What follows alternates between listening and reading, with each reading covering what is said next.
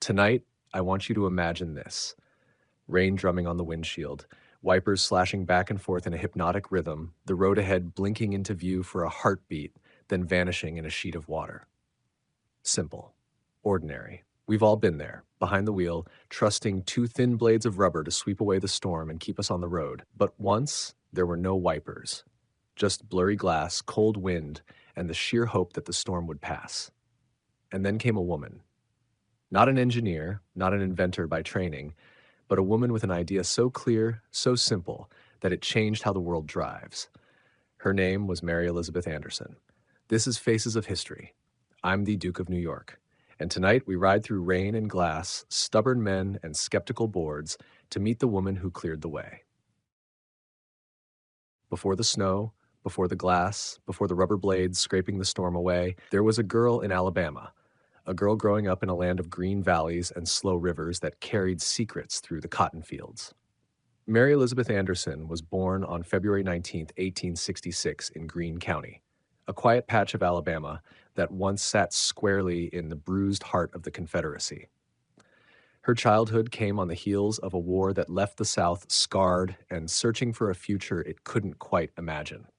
Houses half burned, fields untended, freed people walking dusty roads in search of freedom's promise, old families trying to stitch dignity back into daily life. Mary's father, John C. Anderson, was a man of modest means, a farmer, a merchant, a survivor in a place where you had to be all things to keep a family fed. He didn't live long enough to see Mary grow into the sharp-eyed woman she'd become. He died while she was still young, leaving behind Mary's mother, Rebecca Anderson, a strong-willed widow who refused to shrink from the hardship life dropped on her porch. Mary was one of several children, but even as a girl, she stood out for her stubborn curiosity. While other children played games under magnolia trees, Mary tagged along with the men working the fences, mending tools, tending livestock. She listened to the grown-ups talk about cotton prices and train lines and the slow crawl of progress through the deep South. In Greene County, life was mostly rural. The nearest town might be a half-day's ride by wagon. The railroad was a wonder when it finally rumbled through, bringing distant cities a little closer. For many girls of her time, a proper life meant learning to read, sew a straight seam, and wait politely for a suitable man. But Mary didn't fit neatly into any drawing room. She asked questions about how things worked and why they didn't. When Mary was still a teenager, the Anderson family packed up and moved to Birmingham, a city that didn't exist when she was born. Just a sleepy crossroads on old maps, Birmingham rose up in the 1870s when the discovery of iron ore, limestone, and coal transformed a patch of farmland into the roaring heart of Alabama's industry. It was nicknamed the Magic City because overnight smokestacks sprouted where pine forests had once stood, foundries glowed red in the dusk, and men from all over came seeking work and fortune. In Birmingham, Mary found herself in a world that moved faster than any sleepy county seat. It was a place where a girl with a sharp mind and a stubborn streak could watch the raw bones of a new South being laid down in steel and sweat. She saw wagons loaded with iron. She heard talk of real estate and rail lines, factories and investment schemes, and she paid attention. Always paying attention. When she was old enough, Mary didn't retreat behind lace curtains. She stepped out into the city's dirt roads and muddy lots and found ways to make her own mark. By her 20s, she was investing money, not in fancy dresses or polite luncheons, but in land, livestock, buildings. When many women couldn't even hold a bank account in their own name, Mary signed deeds with her own steady hand. And then, like so many restless souls chasing possibility, she pushed west, all the way to California's sun-drenched valleys, where she ran a cattle ranch and tended vineyards, a Southern girl turned ranch boss. Out there, she learned the value of resilience, how to work with men twice her size, how to read the land, how to trust her own judgment when storms rolled in. All that, the ranch, the real estate, the steel-boned streets of Birmingham, planted something in Mary, a belief that the world wasn't just something you accepted as it was. If something didn't work, you fixed it. If it didn't exist, you built it. And if someone told you no, you made your own yes. She carried that quiet defiance back to Birmingham when her ranching days were done. And she carried it one snowy day in 1902 when she climbed aboard a streetcar in New York City and watched the world vanish behind fogged, frozen glass. It's easy to think that an invention just pops into existence, but it never does. It lives first in the mind of a child walking green valleys, watching, asking, imagining. That's where Mary Elizabeth Anderson's windshield wiper was born, not in a factory, but in the stubborn, curious heart of a girl who refused to accept a blurred view. When we talk about Mary Elizabeth Anderson, it's tempting to leap straight from that rainy streetcar in New York to the wipers that keep our windshields clear today. But if we skip over the middle, we miss what makes her story so rare, so stubbornly American. Because Mary wasn't just a one-idea wonder. Long before she drew up that blade of rubber and spring steel, she was busy proving that a woman with clear eyes and steady hands could shape her own piece of the world, brick by brick, acre by acre. By the 1890s, Mary was back in Birmingham, the Magic City, and the name fit. Smoke belched from foundries, men tracked coal dust into boarding houses, speculators staked fortunes on whether the next rail spur would cut through their land. Everywhere you looked, someone was hammering together the new South out of the old one's ashes. Mary saw what others missed. Behind every booming factory, every new railroad, people needed places to live. Clean, modern apartments for clerks and foremen and small families climbing out of poverty. She wasn't content to rent rooms in someone else's building. She wanted her name on the deed. She wanted to build something that would last. So she did. She invested her money she'd made herself, not inherited from some father's plantation or husband's estate, into what became known as the Anderson Apartments. 4 stories of solid brick on Highland Avenue. Warm rooms with modern plumbing, high windows, proper heat in winter. Not a palace, but a home for people who dreamed of something better. In that time, a woman signing loan papers was almost scandalous. A woman supervising construction? Unheard of. But Mary wasn't rattled by side glances or whispered gossip. She knew how to read blueprints. She knew what contractors charged for bricks and lime and labor, and she knew how to stand her ground when the numbers didn't add up. Some say she could out-negotiate any man in a bowler hat. If a brick shipment ran late, she'd ride down to the yard herself. If the books didn't balance, she'd sit up half the night, oil lamp flickering, ledger open, pencil scratching in neat lines until they did. She rented out the apartments. She maintained them. She collected rent with a fair but firm hand. And in the margins of those busy days, checking pipes, paying masons, walking newly poured floors, she kept her eyes open for the next problem worth solving. Because Mary wasn't content to just be a landlord. She was still that young girl who had watched cattle graze dusty hills in California. The one who knew that a single idea, if you nurtured it right, could ripple out and change the shape of a life or a city. She invested in more land. She made loans to local businesses. She backed other builders when the city needed new shops and boarding houses for its ever-growing workforce. Her mother, Rebecca, sometimes joined her at meetings. The 2 Anderson women, polite but unyielding, holding their own in rooms full of men who underestimated them at their peril. And she didn't do it for headlines or statues or some promise of fame. She did it because she liked things that worked. A building that didn't leak when it rained.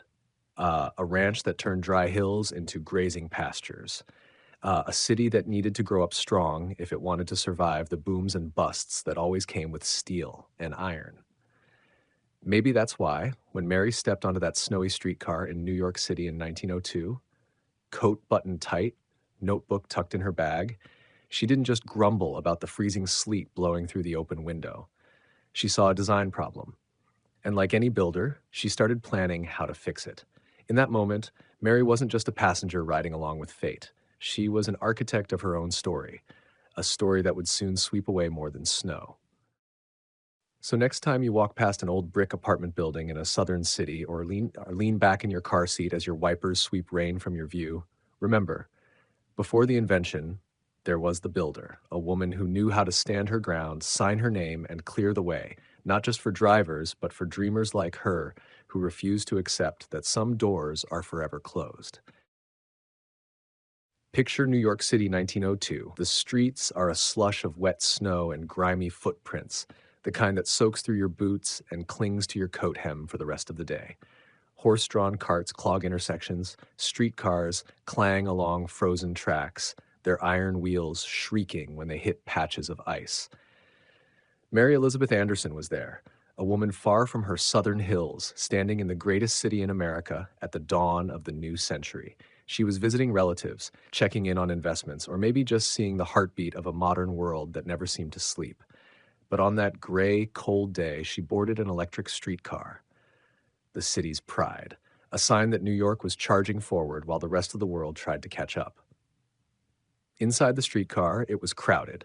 Men in bowler hats clutching newspapers, women wrapped in wool scarves, kids pressed against mothers' skirts. The air smelled of wet coats, coal smoke, and city snow. At the front of the car stood the motorman, one hand on the throttle, the other braced against a pane of glass already fogged over by breath and melting snow. Mary watched. She always watched. Every few blocks, the motorman did the same miserable dance. He reached over, cracked open the front window, and leaned out into the swirl of sleet to wipe away the snow with a rag or his bare sleeve. Cold wind and flurries blasted in behind him. The passengers nearest the front seat hunched into their collars, cursing the cold they'd paid to escape. Then the window slammed shut, only to fog up again moments later. It was clumsy, dangerous, inefficient, and nobody seemed to think it could be different. That's how it was done. That's how it had to be done. But Mary Anderson didn't believe in had to. She believed in how about. How about a simple arm that could scrape away snow without forcing the driver to lean into the storm? How about staying dry and warm inside while the window stayed clear outside? How about taking an everyday annoyance and solving it, once and for all? She didn't pull out blueprints then and there. She didn't stand up and announce herself. She sat there, maybe gloved hands folded in her lap, eyes fixed on the pattern of snow that melted, stuck, and blurred the street ahead. She imagined the arc a blade would make if it swept back and forth across the glass, a rhythm like a mother's hand wiping a window at home. It was such a small idea, laughably small in a world obsessed with skyscrapers, steamships, and steel. But sometimes it's the small ideas that slip through the cracks of big dreams and change how we live.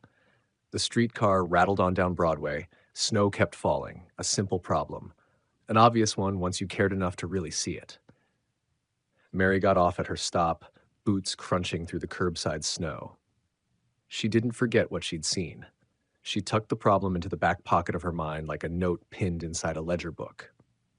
Back in her room that evening, maybe she sat by the window, watching the flakes pile up on the sill, pencil in hand, roughing out how it could work. A spring arm, a rubber blade, a handle inside the cab so the driver could swing it back and forth without opening the glass to the storm. Not electric, not yet, but practical. Real. Mary Anderson didn't see herself as an inventor. She saw herself as a fixer, someone who cleared the way so people could get where they needed to go. Whether it was cattle in California, tenants in Birmingham, or a streetcar motorman blinded by sleet on Fifth Avenue, it didn't matter. If there was an obstacle, she found a way to see through it. So when people say, how did Mary Anderson invent the windshield wiper? The answer isn't just she had an idea. The answer is she watched the world the way a builder watches a wall for cracks. She noticed what other people shrugged off. And she didn't accept that just because something had always been done the hard way, it had to stay that way forever. A snowy streetcar ride, a pane of glass blurred by winter, a woman no one expected to change anything, quietly deciding to change everything. Some inventions are born in crowded workshops, sparks flying, gears grinding, half a dozen men shouting over each other as ideas collide like hammer on anvil.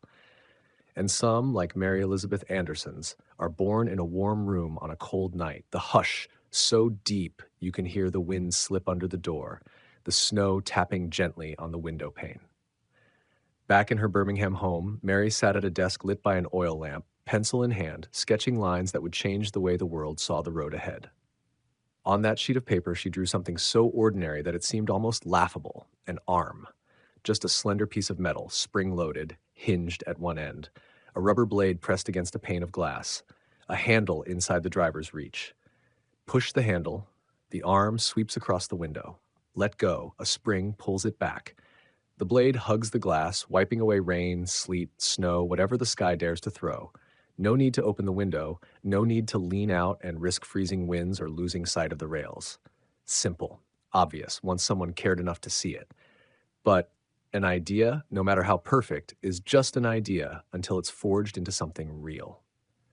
So Mary did what few women of her day could even dream of. She hired a designer. She paid him to take her rough sketch, lines on paper, and shape it into a working model, a prototype that could prove she wasn't just a dreamer with a pencil. We don't have a photograph of that first wiper, no grainy image to show its crude elegance. But we can imagine it.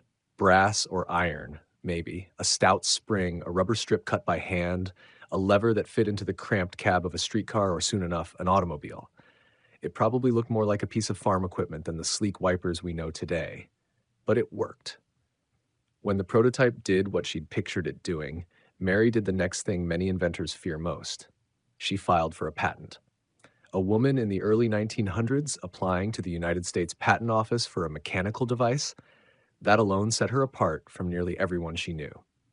On November 10, 1903, the government awarded Mary Elizabeth Anderson U.S. Patent Number 743,801, a window cleaning device for electric cars and other vehicles to remove snow, ice, or sleet.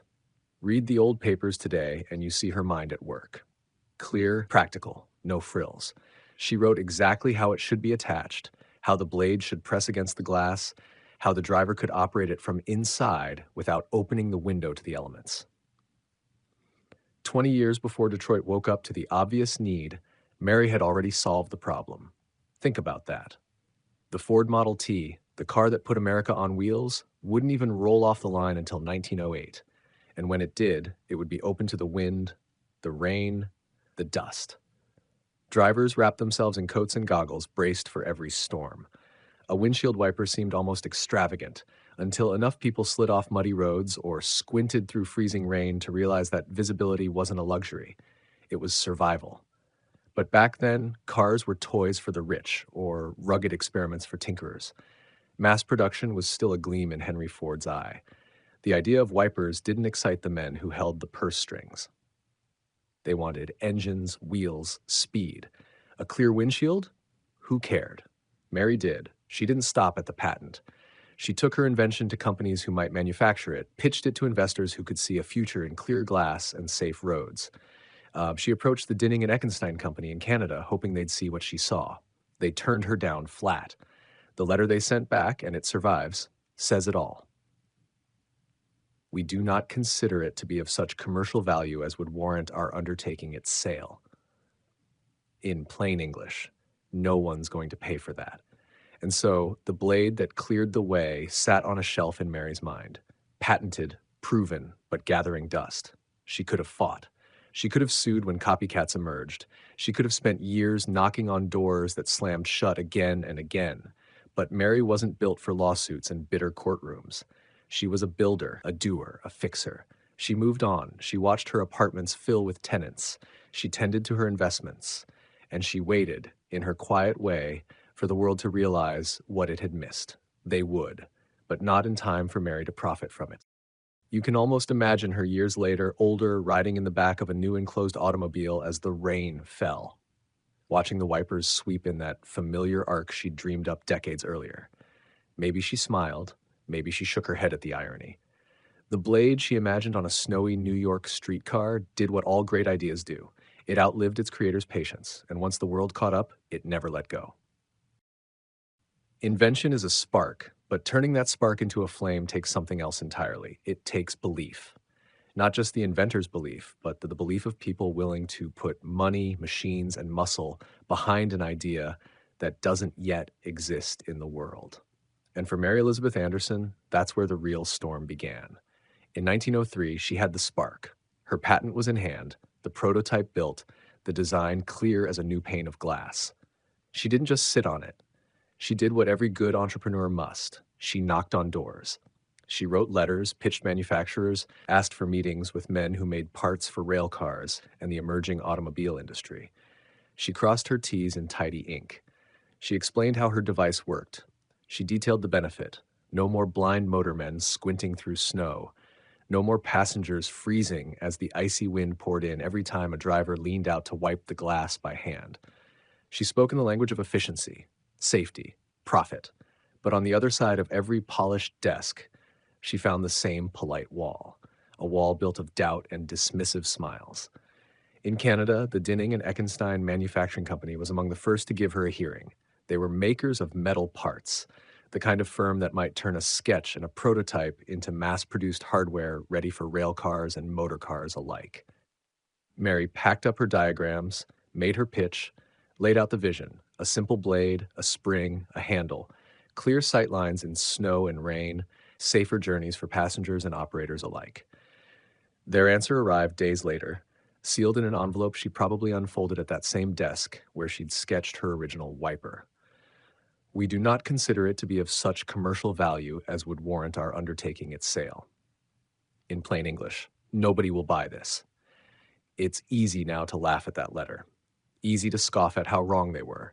But imagine the world through their eyes. This was 1903. Cars were still rare, unreliable curiosities, more playthings than necessities.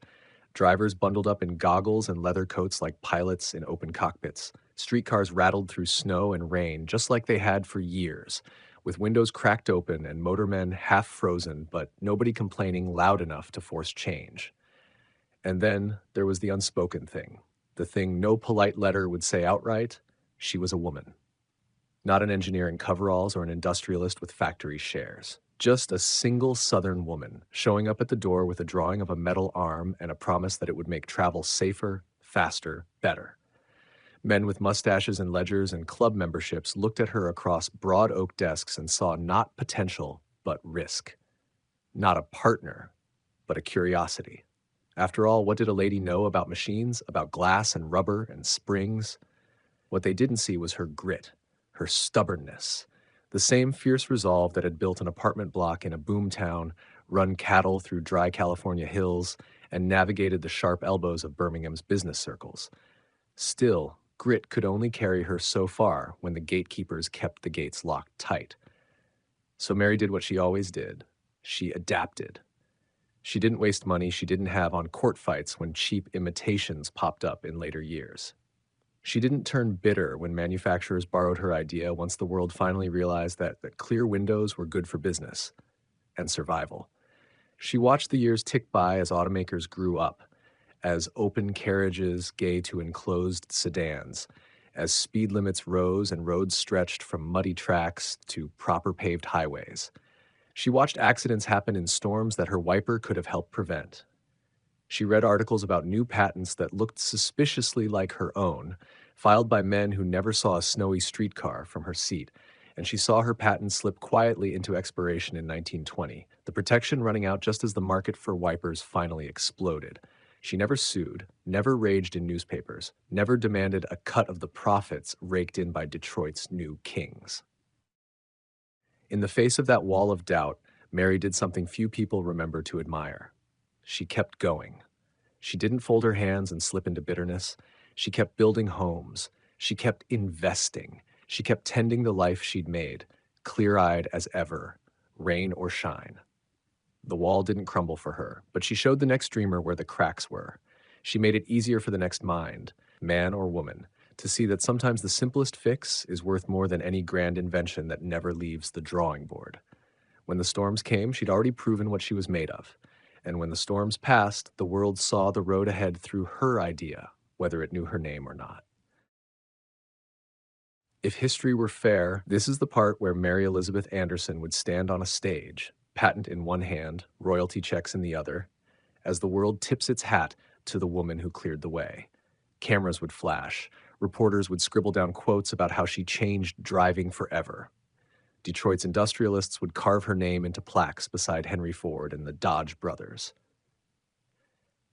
But history doesn't always reward the quiet visionaries. Sometimes the world takes what they've built and speeds off without them. By the time the 1920s roared in, jazz on the radio, Model Ts rattling down every muddy road turned pavement, the automobile had moved from rich man's novelty to every man's dream. Millions of cars, millions of windshields, millions of drivers suddenly realizing that what Mary knew back in 1903 was undeniable truth. You can't drive blind through rain and sleet and expect to arrive in one piece. Automakers scrambled to solve this now urgent problem. Companies large and small unveiled their own versions of windshield wipers, blades with clever gears, hand cranks, early electric motors. Variations of Mary's spring-loaded arm multiplied like wildflowers in spring. Patents popped up with names that weren't hers. Some designers claimed they'd never even heard of her. Others might have heard the stories and shrugged. After all, her protection expired in 1920. It was open season on her idea. In those early days, a driver still had to lean forward and turn a crank by hand.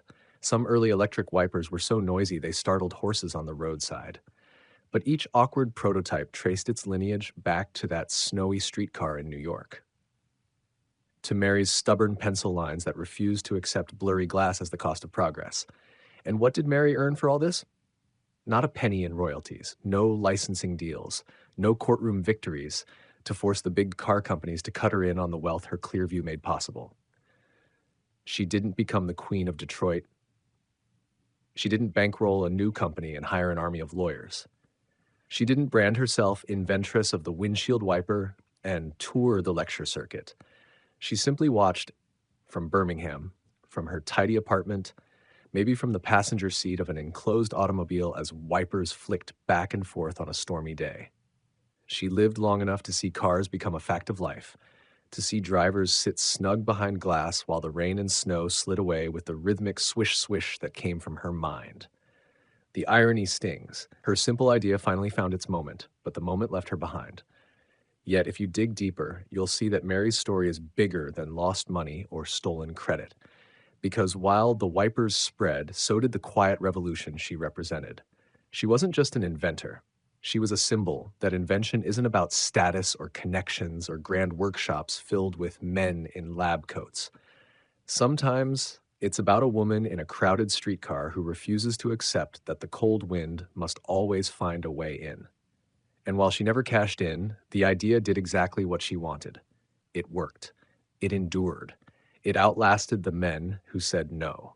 It turned into an industry of its own, one that still spins today, from the humble rubber blades on a family sedan to the advanced sensors that now tell our cars when it's raining before we even think to notice. Mary's wiper is a piece of quiet defiance stuck to every windshield on Earth, a silent little machine that says, there's always a way to see more clearly. You can't copyright a vision, you can't patent stubbornness, and you can't kill an idea whose time has come. So next time you hear the hiss and squeak of your wipers fighting back the rain, remember the irony that makes Mary's story so human. The world didn't reward her for her vision, but the world couldn't move forward without it. Sometimes the prize isn't money or fame or statues in city squares. Sometimes it's the fact that your idea keeps people safe, keeps them moving, keeps them seeing what lies ahead when storms roll in. And that's success, whether the world bothers to say thank you or not. It's easy to think of Mary Elizabeth Anderson as a footnote, a line in some dusty book of patents, squeezed between grander names and louder headlines. But if you look closer, you'll see the real story. The woman behind the glass was never just an inventor. She was a builder, a landowner, a quiet revolutionary, at a time when a woman's name rarely appeared on deeds, contracts, or blueprints. Long after the patents slipped into the public domain, Mary kept doing what she'd always done, investing where others saw risk, fixing what others shrugged off, building a small but solid legacy that needed no headlines to stand tall. She never married. No husband's shadow to hide behind, no man to sign the checks or take the credit. She ran her own business affairs in an age when banks might still raise an eyebrow at a woman asking for a loan. She walked Birmingham's streets in sturdy shoes, checking on her apartments, balancing her ledgers, dealing with contractors and tenants who soon learned not to test her resolve. Some local histories say she never bragged about her invention, that she rarely brought it up at all. If a neighbor asked, she might nod, smile, say, yes, that was my idea, and then change the subject to the weather, the rent, the next building project. Because for Mary, the wiper wasn't the only thing that mattered. It was just one more piece of a life built by paying attention to a problem, a plot of land, a tenant behind on rent, a crack in the wall that needed patching before the rain got in. She kept close to her mother, Rebecca, who'd raised her to be sharp, practical, unafraid. Together, they managed properties, invested carefully, signed every paper themselves. In their tidy home, they hosted family, paid the bills on time, gave to the church, proved to any neighbor watching through lace curtains that two women could do just fine on their own. When the automobile age boomed around her, Mary didn't chase the fame that could have come with lawsuits or self-promotion. She didn't travel the country waving her patent in Detroit boardrooms. She didn't brand herself as a pioneer or a feminist hero, though she was both, quietly. She let the world move at its noisy, careless pace while she minded her accounts and watched the skies through windows that no longer blurred when the rain came down. It's tempting looking back to wish she'd fought harder, hired lawyers, written letters to newspapers, but maybe that's not who Mary was. Maybe her triumph wasn't about standing on a stage and claiming a crown. Maybe it was about proving to herself, to Birmingham, to every curious girl who watched her walk by, that a woman's mind could draw a line on paper and see it through to metal and rubber and glass, that it was possible to spot a problem, solve it, and keep your dignity when the world said no thank you. When Mary Elizabeth Anderson died in 1953, at the age of 87, she left behind no factories, no company bearing her name. She left behind no children to tell her story on front porches or in textbooks. She was laid to rest in Elmwood Cemetery in Birmingham, the city she'd helped build in her quiet way. The city where her apartments stood sturdy as ever, a testament to bricks laid straight and ledgers kept honest. No marble monument declares her the mother of the windshield wiper. No bronze plaque tells passers-by that every clear windshield owes a debt to a woman who once rode a streetcar through New York's snow. But look closer, the monument is there, hidden in plain sight. It's every driver on a stormy night. It's every mother who grips the wheel tight while rain hammers the glass and trusts those blades to sweep her way home. We talk about giants in history, names carved into stone, but sometimes the ones who clear the way do it so quietly that the world forgets to thank them. And yet, the world keeps moving because of them. Mary Elizabeth Anderson is still with us, in the hush of rain, in the clear pane of glass that lets us see the road ahead when storms come calling. A woman behind the glass, a mind behind the machine.